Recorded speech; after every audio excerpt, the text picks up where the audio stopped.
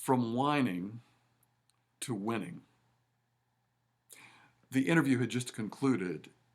They looked around the room at one another and began to speak. One said, "She is a winner." Another spoke up and said, "I really liked the way she talked about potential." Another said, "I feel like if we could just bring her on as a part of our team, she would make all of us better." She is a winner. Wouldn't you like to be known by that term? He's a winner. She's a winner.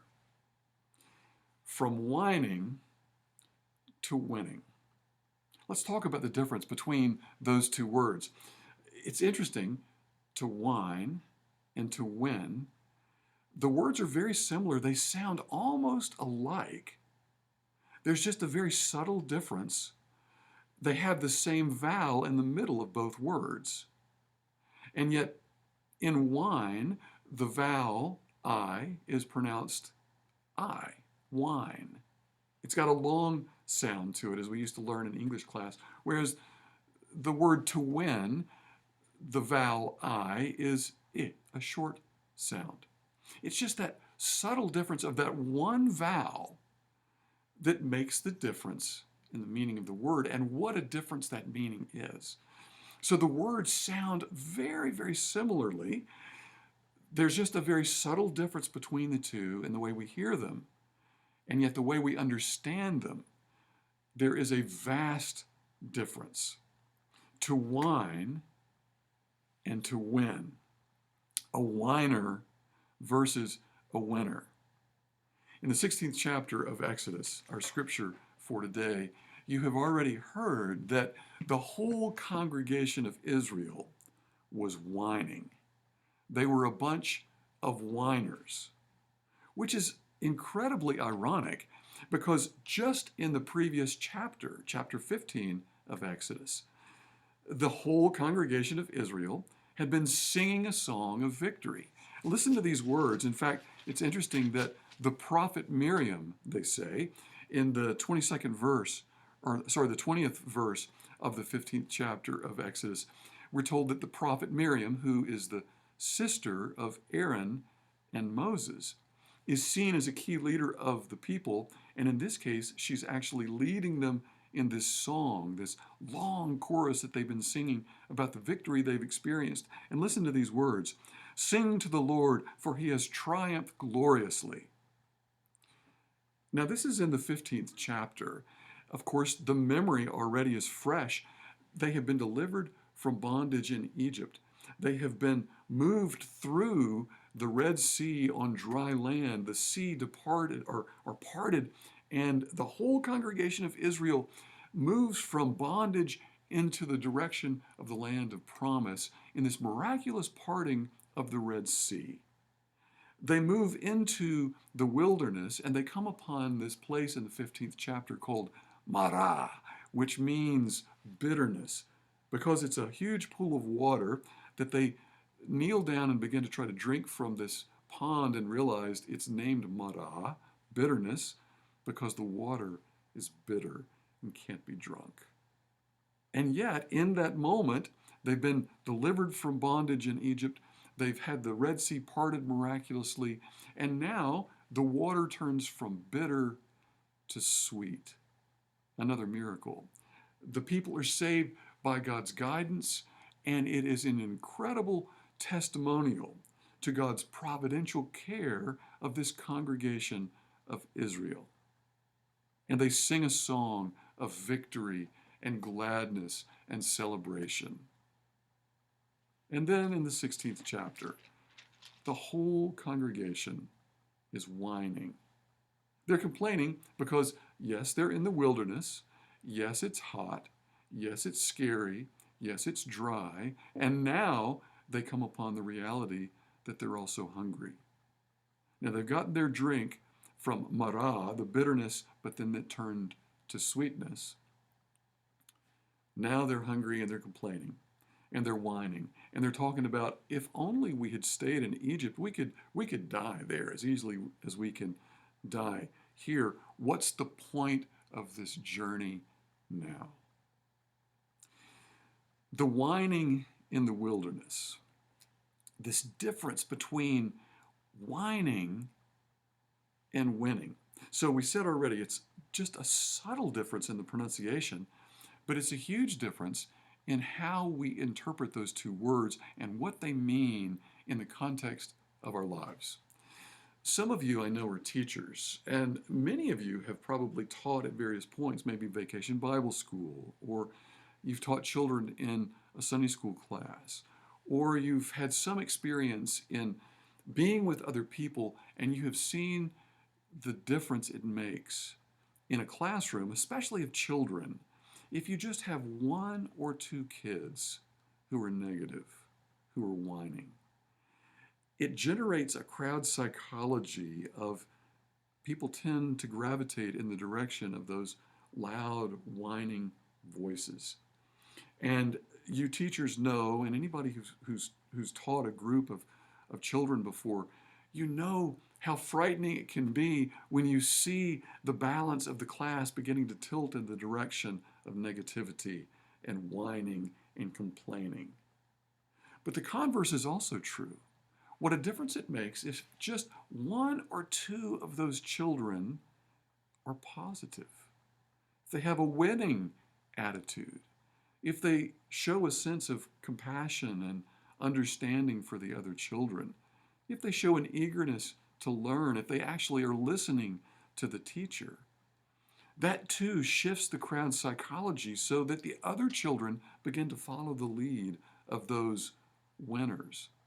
Those kids who have a perspective that there's something here I need to learn, there's something here important that needs to happen.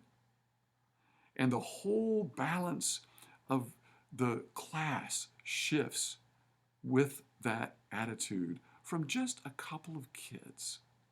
So the difference between the word whine and the word win, the sound is very subtle, as is the way we approach the difference in the way we can look at life and interact with one another and be followers of Jesus in just sometimes very subtle shifts in the way we look at the world, the way we treat one another.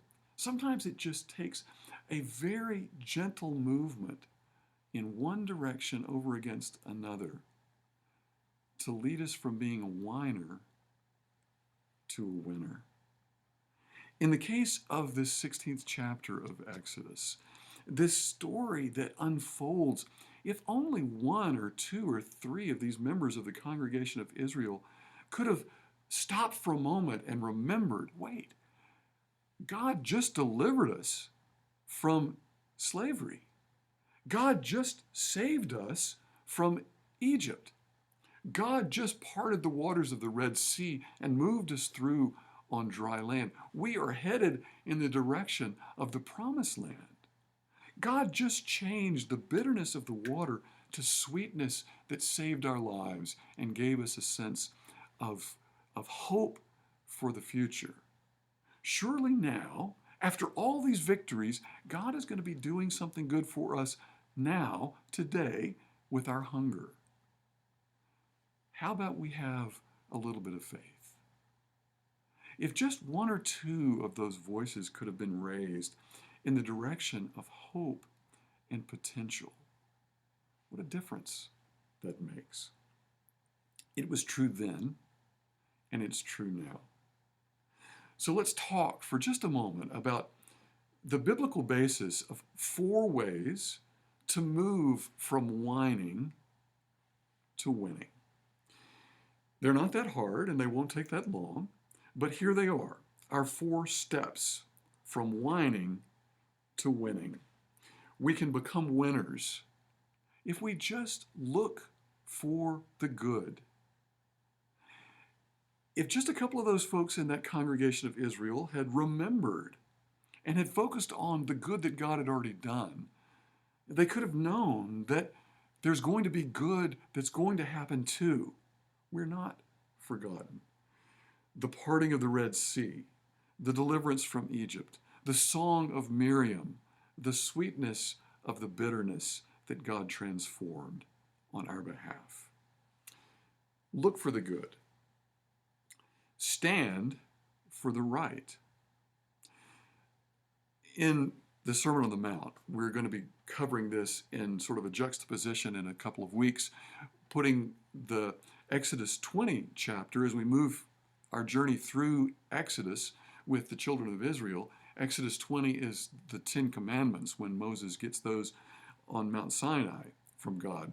We're going to juxtapose that with Matthew chapter 5 through 7, which is the Sermon on the Mount, when Jesus, as the new Moses, brings forth the new law, the Sermon on the Mount, as opposed to the Ten Commandments from Mount Sinai. We'll talk about that more, but one of the parts of that Sermon on the Mount is what we know as the Golden Rule. It's Matthew chapter 7, verse 12. And it's this famous saying that really stands as sort of the bedrock for how we stand for what is right. Stand for the right. It is, in everything, do unto others as you would have them do unto you. This is a really hard time right now. This is a time where lots of things are happening and lots of questions are floating in the air. And there is this lingering question of what is the right thing right now? What is the right path for us as individuals, as churches, as a nation, and as a world community? To stand for what is right is a huge open-ended question mark right now for a lot of people. But for Christians, Jesus gives us a very solid groundedness in everything. Do unto others as you would have them do unto you. If you're trying to figure out what is the right thing, think about how it would feel to be her or to be him, to be in their situation, to be a person in that environment right now. What would that feel like? Look for the good. Stand for the right. And number 3, work for the best. I've been so privileged over the years of being a pastor to be connected to amazing people and hear amazing stories and be exposed to incredible events and the way God works in people's lives. And in 2 different congregations prior to coming to First Baptist Decatur, I remember these 2 different men, both from very different backgrounds and very different situations. One owned a motorcycle repair shop. The other was a CEO of a Fortune 500 company. Both of them became Christians later in life, and both of them talked to me openly about during the week, one owning and working at a motorcycle repair shop, and while he was working on motorcycles and thinking about what he needed to do for these repairs, he was also thinking about people in his Sunday school class and the lesson that he was going to be preparing for that Sunday. And that night, making phone calls to people in his class just to kind of check up on them. And the CEO of the Fortune 500 company, exactly the same mindset of during the week, flying to different places across the country, checking on employees, doing really important things a lot of us would think about. During the week, going to important places, being with important people, and yet having this perspective, like my friend who was a motorcycle repairman who owned that motorcycle repair shop, the CEO also thinking about the people in his Sunday school class, preparing his lesson during the week, looking for illustrations to help bring alive the Bible passages that he was wrestling with himself that he wanted to teach on Sunday morning. And both of them in different ways talked about how, though their occupation kept them busy during the week, the real vocation, the calling of their hearts and their spirits was bigger and better and much more fundamental to who they were. They were working for what was best. They were really bringing their heart and soul and mind and spirit into a collectedness, a collection of a connection with the people in those classes that God had placed them with, interweaving their lives together in beautiful ways, working for what is best. So moving from a whiner to a winner, the words are just very, very similar in the way they sound, but it is a vastly different way of looking at the world. However, to get to that vast difference, it sometimes is just a subtle shift in the way we remember what God has done. The subtle shift of thinking about what it would feel like to be in that person's situation. The subtle shift of moving from working with a client face to face while at the same time keeping the perspective of knowing that you have this whole host of people that you love and care for and are thinking about and looking forward to being with on Sunday and calling during the week and checking up on them.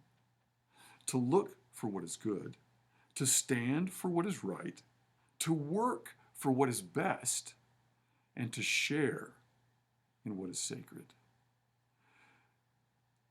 Manna in the wilderness. The people were complaining now because they couldn't remember or chose not to remember all the things that God had done for them in just the previous few days. And now here they're hungry and they wonder what in the world they're going to do. God is going to take care of them. There will be provision for their need. And sure enough, manna. It's the Hebrew word that simply is forming a question. What is it? It is bread from heaven given in their time of need. It is provision for them in their moments where they couldn't care for themselves or at least didn't have the kind of faith they needed in that moment because they'd forgotten what God had done just a little bit before. Manna in the wilderness. They began together once again to learn God has not forgotten them. God has stayed with them. God is providing for them. And therefore they, in this moment, in the wilderness, share in what is sacred.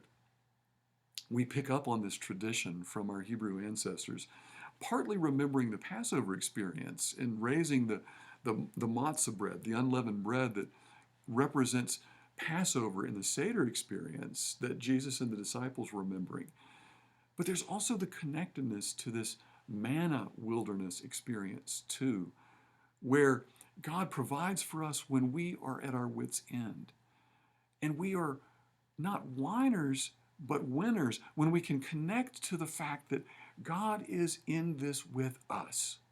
We are not alone. We may be in what feels like a wilderness. We may be feeling like we're surrounded by shadows and difficulties.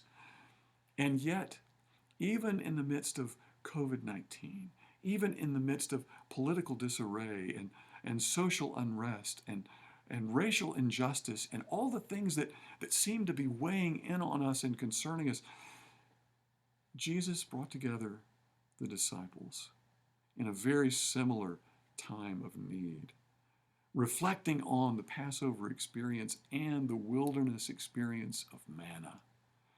And Jesus raised in that difficult time for the disciples and now in this difficult time for us, the unleavened bread of Passover and the bread of the Lord's Supper that Jesus says, brothers and sisters, this is my body broken for you. Do not forget where you've been. Do not forget what God has done for you in the past and is doing for you now. Take this and eat.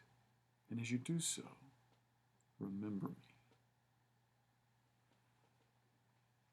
And in the same way, Jesus took the cup and he raised it before them, also recalling the Passover experience, the bitterness of the marah in the wilderness that turned to sweetness and offered a salvation experience for people who had no hope and then were given new hope. In the same way, Jesus lifts the cup and says before them, this is the cup of the new covenant, filled with the wine that represents my blood, shed for you, so that you no longer will have to worry about what tomorrow holds. This is the cup of the new covenant. Do this also in remembrance of me.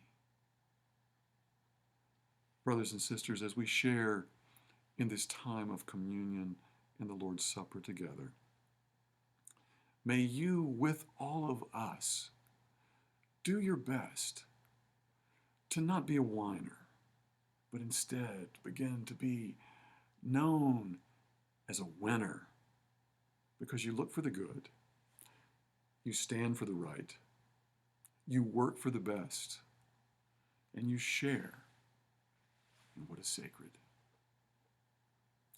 Thanks be to God.